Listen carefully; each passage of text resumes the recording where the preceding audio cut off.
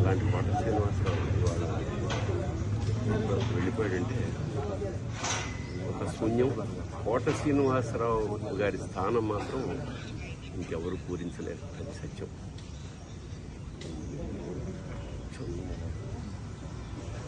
ఆయన మనశ్శాంతి, పరమేశ్వరుడు కుటుంబాన్ని ఆయనకి మనశ్శాంతిని కలిగించాలని మనస్ఫూర్తిగా ప్రార్థిస్తాను. మాకు కూడా కొన్ని వందల వేల అనుభూతుల్ని మిగిల్చిన కోట ఇవాళ కూలిపోయి